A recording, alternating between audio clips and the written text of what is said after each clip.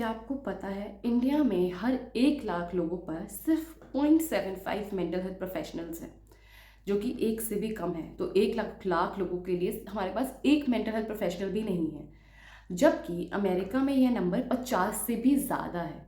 आप सोचिए, जब किसी को मेंटल हेल्थ सपोर्ट की ज़रूरत होती होगी तो वो किसके पास जाते होंगे, किससे ज़रूरत मांगते होंगे। हम अक्सर सुनते हैं कि इंडिया में मेंटल हेल्थ को सीरियसली ही नहीं लिया जाता, बल्कि सच्चाई इससे बिल्कुल अलग है। एक्चुअली लाइसेंस्ड साइकोलॉजिस्ट की डिमांड इतनी बढ़ रही है कि सप्लाई कम पड़ रही है। सोचिए, इतनी ज़्यादा ज़रूरत है।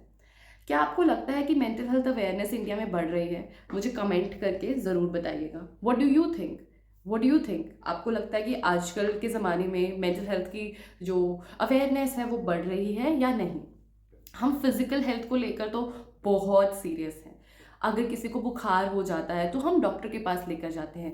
किसी की हड्डी टूट जाती है तो हम उसे डॉक्टर के पास लेकर जाते हैं, भागते हैं हॉस्पिटल कि इसको कुछ हेल्प हो जाए। लेकिन जब किसी को एंग्जाइटी होती है या डिप्रेशन होता है या कोई इंसान स्ट्रेस से जूझता है, तो क्या आप लोगों को पता भी है उसे कहाँ ले जाना है, क्या करना है? एक्चुअली में बात यह है कि हम उसको सपोर्ट करने की बजाय उसे बोलते हैं कि it's just in your head. ऐसी चीज़ें बोलते हैं, उसको समझाने की बजाय कि उसको एक सपोर्ट की तरफ। अगर किसी का पैर टूटा है तो आप उसे सपोर्ट लेकर जाते हो, हॉस्पिटल खुद तो नहीं जा सकता। वैसे ही जब कोई इंसान मेंटल हेल्थ से गुजरता है, दिक्कतों से गुजरता है, तो हमें उसको, ये यूजली लोग उसे क्या कहते हैं, it's all in your head buddy, ये तो सब तुम्हारे दिमाग में है। हमारे पेरेंट्स भी काफ़ी बार ये बोल देते हैं कि बेटा वॉक पे जाया करो, अच्छा खाना खाया करो, आप ये जंक फूड खाते हो, फ़ोन देखते हो, इन सब चीज़ों से दिक्कतें बढ़ रही है। मैं मानती हूँ इन सब चीज़ों से दिक्कतें बढ़ रही है, बट जो दिक्कत है वो कहीं ना कहीं बहुत ही ज़्यादा इन डेप्थ है। वो सिर्फ और सिर्फ एक वॉक पे जाने से नहीं ठीक हो सकती है, उसके लिए बहुत ज़्यादा चीज़ें सुधारने की ज़रूरत है। तो ऐसी चीज़ें बोल देना कि बस सोच बदल लो सब ठीक हो जाएगा, योगा कर लो सब ठीक हो जाएगा, काश इससे ही चीज़ें ठीक हो जाती। तो कोई किसी का हड्डी टूट जाती है तो मुझे ये तो नहीं बोलते ना, फटाफट चलना शुरू कर, ठीक हो जाएगा, देख देख अभी अभी चलना ठीक हो जाएगा। ऐसे तो नहीं होता है। हम उसे मदद प्रोवाइड करते हैं, हम उसे हेल्प करते हैं, उस पर दवाइयाँ देते हैं। तो उसी तरीके से मेंटल हेल्थ के लिए भी बहुत अलग अलग तरह की सपोर्ट दी जानी चाहिए।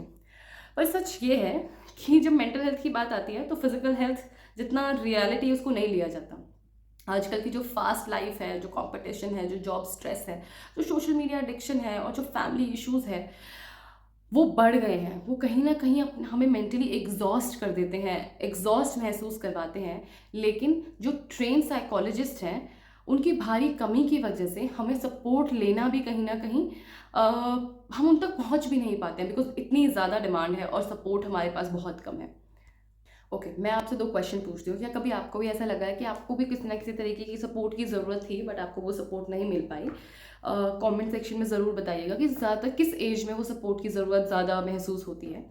और क्या आपको भी लगता है कि जो साइकोलॉजिस्ट है उसकी डिमांड क्यों बढ़ रही है इतनी ज़्यादा? What do you think, why there is so much demand of psychologist, licence psychologist in India? Suddenly इतनी इंक्रीज क्यों हो गई है? अब बात करते हैं workout, burnout and stress and everything, right? India में 80% एम्प्लॉयज़ हैं जो जॉब स्ट्रेस से परेशान हैं, किसी ना किसी की दिक्कतों से गुजर रहे हैं। बड़ी कंपनियां, जैसे मैं नाम तो नहीं लूँगी बट बहुत सारी बड़ी कंपनियां जो फेमस हैं अपने काम के लिए, अब कॉर्पोरेट साइकोलॉजिस्ट हायर करना शुरू कर दिया उन्होंने। क्यों? क्योंकि जो इंसान वहाँ पे काम करता है वो ज़्यादा से ज़्यादा टाइम अपनी लाइफ का वहीं गुजारता है, और पर्सनल लाइफ के ऊपर भी बहुत कमेंट्स किए गए हैं, तो वहीं गुजारता है। तो उसको सपोर्ट, उस एनवायरनमेंट को समझना बहुत ज़रूरी है जब हम उसको सपोर्ट देते हैं। तो एक कॉर्पोरेट लाइफ और कॉर्पोरेट साइकोलॉजिस्ट को वो समझना कि वो किस तरह की प्रॉब्लम से गुजर रहा है बहुत ज़रूरी है। इसीलिए बहुत सारी बड़ी कंपनियों ने personal psychologist, corporate psychologist hire करना शुरू कर दिया है। ये भी मेरे सुनने में आया है कि बहुत सारे ऐसे स्कूल्स हैं, राइट, जिन्होंने आउटसोर्स की हैं रिसोर्सेज, ताकि जो टीचर्स हैं अगर उनको बर्नआउट महसूस हो रहा है, किसी भी तरीके की दिक्कतें हैं, वो प्राइवेट थेरेपी ले सकती हैं outside the school obviously, and school उस चीज़ में इंटरफेयर नहीं करेगा। तो ये, and that will be out of like free of cost. तो ये सारी सर्विसेज भी स्कूल्स भी ऐसे सर्विसेज प्रोवाइड कर रहे हैं अपने टीचर्स के लिए, ताकि वो मेंटली एग्जॉस्टेड फील ना करें, मेंटली बेटर फील करें, चाहे वो किसी भी तरह के इश्यूज़ हो, फैमिली इश्यूज़ हो, चाहे बच्चों से रिलेटेड इश्यूज़ हो, कोई भी हो।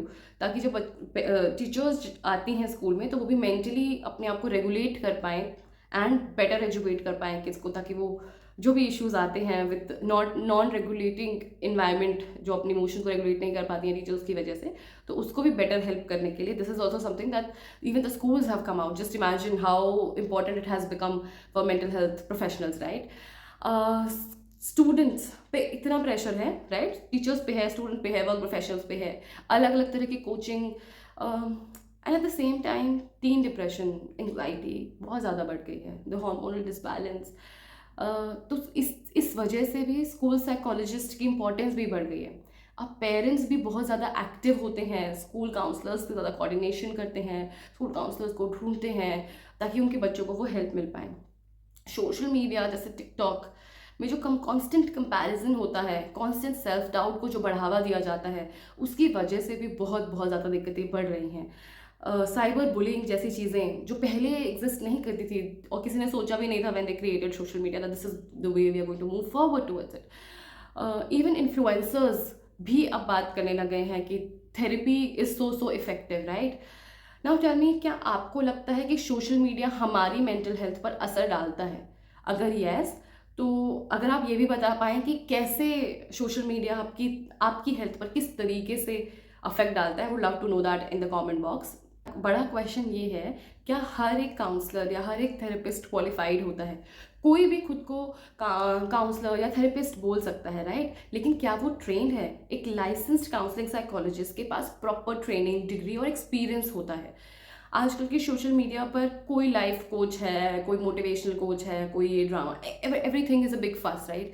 और उस चीज़ में आइडेंटिफाई करना कि कौन क्वालिफाइड है आपकी प्रॉब्लम्स को समझने के लिए और कौन नहीं, इस चीज़ की समझ होना बहुत बहुत ज़रूरी है.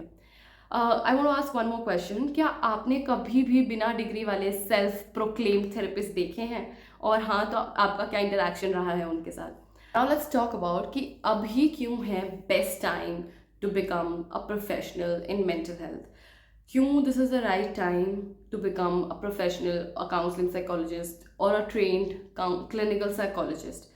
तो मेंटल हेल्थ की अवेयरनेस जो बहुत ज़्यादा ही बढ़ रही है, स्कूल्स, कॉलेजेस, कंपनीज, हर जगह पर मेंटल हेल्थ के इम्पोर्टेंस को समझा जा रहा है, उसको उसकी इम्पोर्टेंस को लोग रिकग्नाइज कर रहे हैं. इवन जो नई गवर्नमेंट स्कीम्स जो हैं, पॉलिसीज़ जो हैं, वो भी मेंटल हेल्थ को सपोर्ट कर रही हैं.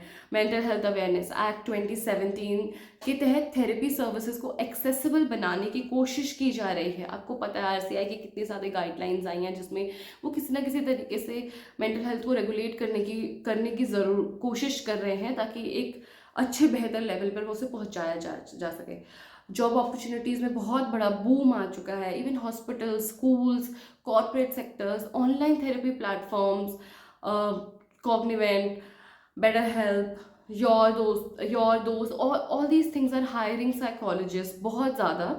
एंड अब यह फाइनेंशियली स्टेबल करियर भी बनता जा रहा है. पहले obviously it was very very different, पर अब बहुत ही ज़्यादा फाइनेंशियली स्टेबल करियर भी बनता जा रहा है. अगर आपको मौका मिले तो क्या आप साइकोलॉजी में करियर बनाना चाहोगे, is my question. And how would you become a different psychologist than the one that exist. कैसे बने काउंसलिंग साइकोलॉजिस्ट, राइट.